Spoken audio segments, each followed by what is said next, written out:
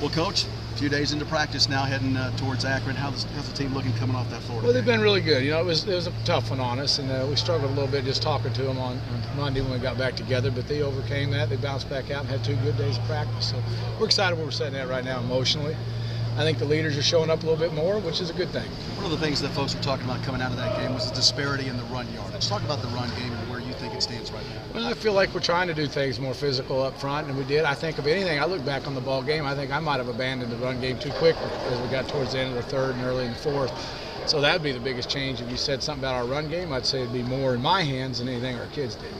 A lot of folks have been talking as well, too, about Tyler Bray. Not necessarily, we all know he can sling the football, but his emotional stability and how maybe at the end of the game he got frustrated.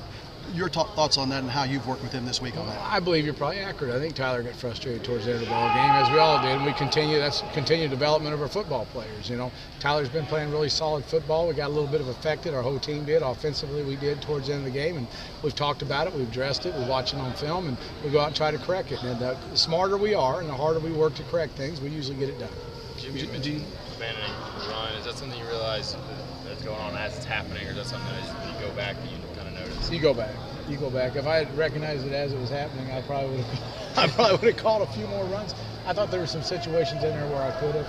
Then when it went to 14, I felt like maybe not then, but when it was at 7, I probably was a little quick too. Jim, how do you balance? Obviously, you're going to hang your hat on Justin and CP and those experienced guys in the pass game. How do you balance playing the young guys, rolling young guys in so that maybe your guys aren't weary in the second half with a number of snaps? Well, I think you just have to do it. You just got to put them out there and count on them and trust they'll do it, and making sure when they're out there, I'm aware of who's on the field. That's tougher with the situation we're going right now, trying to play a little bit faster football. In the old days, I'd call it grouping to make sure I knew who I had on the field. Right now, I don't have that, so I got to be conscious of that. And because of that, we probably are not going into the game with the amount of volume that we used to, and we never have. Do you watch tape of the game with your quarterbacks? Yeah, oh yeah. Do you watch all 4 quarters with them? Yes. Tyler said he didn't watch the second half because that wasn't Tennessee. Well, he's not telling the whole truth on some of that. We watched the game together. Yes. Talk about the difference in the first half offensively and the second half offensively. Well, I think I'll take it all the way to about 5 minutes on the third when we got the fake field goal, Jimmy, and then not the fake field goal. We stopped him on the fake punt, and we had it. And I took a shot on that situation. We gave up an intentional grounding. It seems like after that we got it back, and we had another 5-play drive. I thought that was when I probably should have kept sticking with the run game. It was 20-20 then, and I got a little pass happy. That probably harmed us as much as anything. But I think up until that point, I was pleased. We went back down on that third quarter drive. We looked really solid. We had good emotional stability to us, and we were playing good football. So I was feeling pretty good right to that point. If we had hit that shot play, I think I might still be feeling good, but we didn't, and things kind of went the wrong way for us. When you see Tyler getting frustrated, what do you do to try to help in that situation? You try to calm him down and get him focused on the process of playing quarterback. You know, I talked to him on the phone on the sidelines a lot, and it was difficult, and it's trying to keep his mind on what we're trying to get done. Just conversation more than anything else. Real mature conversation, and that's what we try to get done. Sometimes it's just tough sometimes when you're in those things, and try to tell him what's going on and try to get it resurrected and get it changed, and it wasn't happening quite, of course, in the fourth.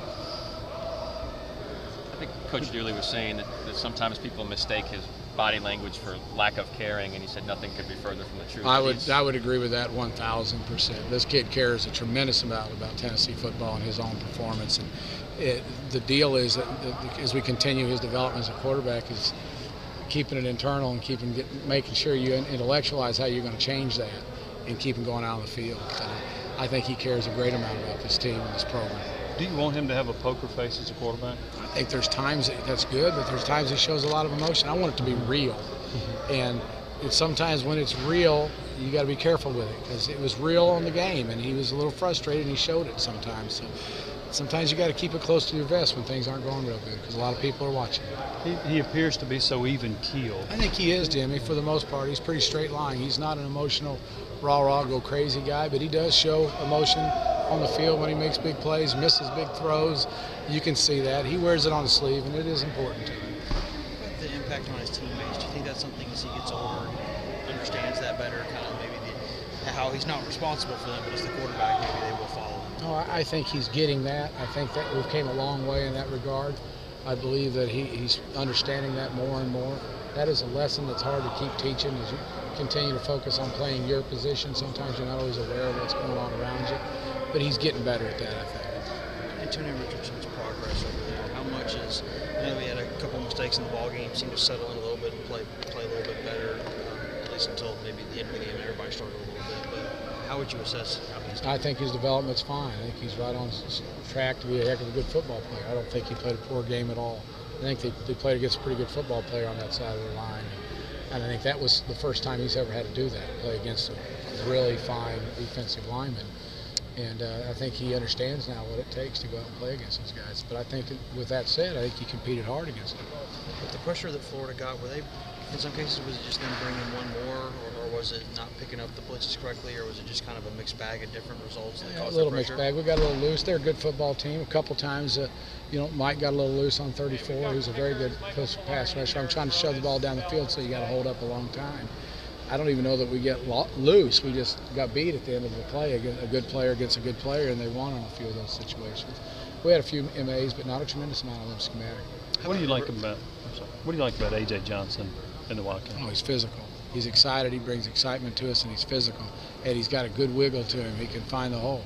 I mean, you guys watched what I watched. It was just, I didn't have any idea what was going to take place, Jimmy. I just knew he's 250 pounds, and let's put him on the field and see what happens. And we couldn't be happier with that result. You've got two other guys that can run the Wildcat. Do they all bring something different? I believe that's true, and that makes it, that's good in one way and difficult in the other, to try to have a backup doing the same things.